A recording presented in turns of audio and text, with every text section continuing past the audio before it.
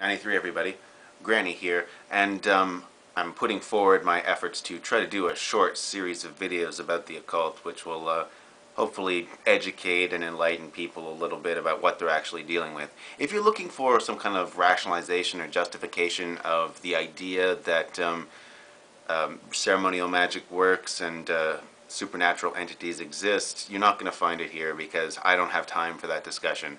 If you're really interested, read a book, learn the rituals, and do it yourself. And you will learn what the rest of us already know, that this shit is actually real. In this video I'm going to talk a little bit about demonology and communicating with demonic entities. It's probably not like even the best place to start, but it's what it gives everyone pretty much a huge fucking boner. So let's start here. Why not, right? For the beginner, demons are actually a good place to start if you want to see a result.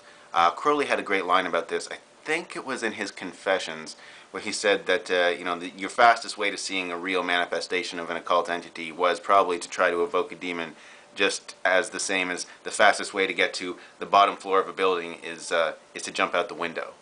There's some truth to that, but if you survive the fall, it's very educational.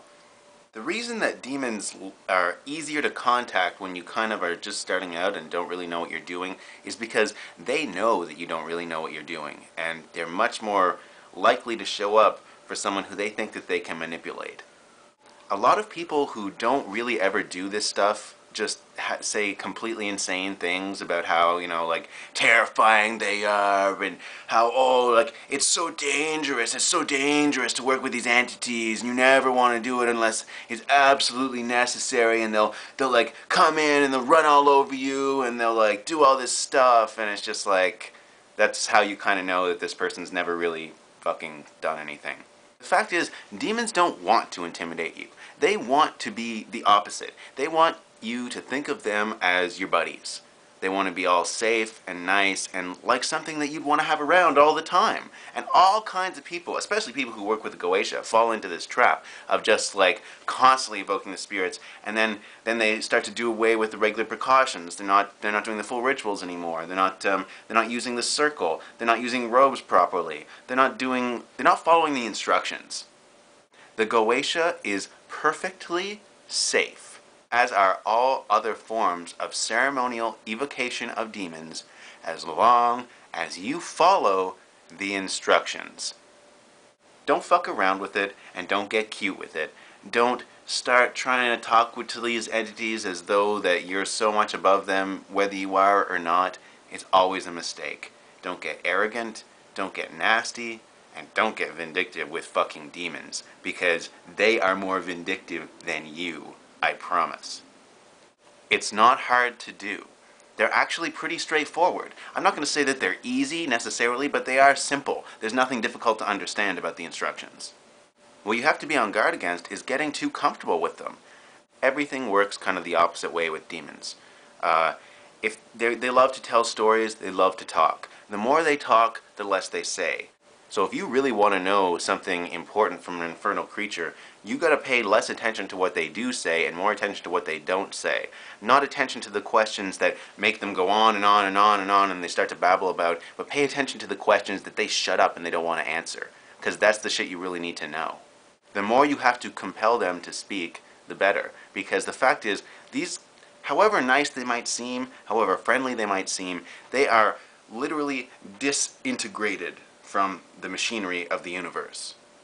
They have no place anymore. That's why they all go to the lake of fire at the end, because there's no room for them. When everything's all sorted out and there's no more muddle, confusion, or obfuscation of reality, then they can't exist. The terms of their being are compromised, and they cease, therefore, to be.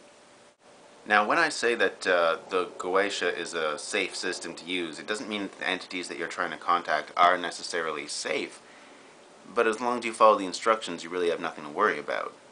These creatures thrive on lies and fear and chaos and conflict and all the rest of it. So you kind of can expect a little bit of a monkey's paw effect, if you know what that means. It's like negative things will kind of happen in the process of giving you what you want. The question is, how bad do you want what you want? Do you really want it? Then don't worry too much about the negative things.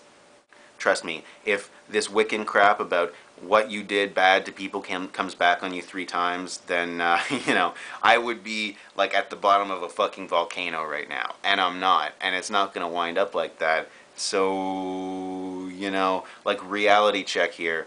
Bad things happen to good things happen to bad people. That's the real world. The worst thing you can do is try to avoid this system altogether. Because you can't. The more you start to work with occult forces, the more occult forces will start to notice you. And that means demons, gods, and angels.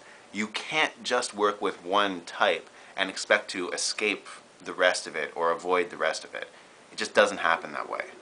So go to hell yourself and let them know who you are. You gotta fight the devil, baby. But you fight the devil like a brother. 'Cause you know why? The devil will always be there. You won't. Remember that.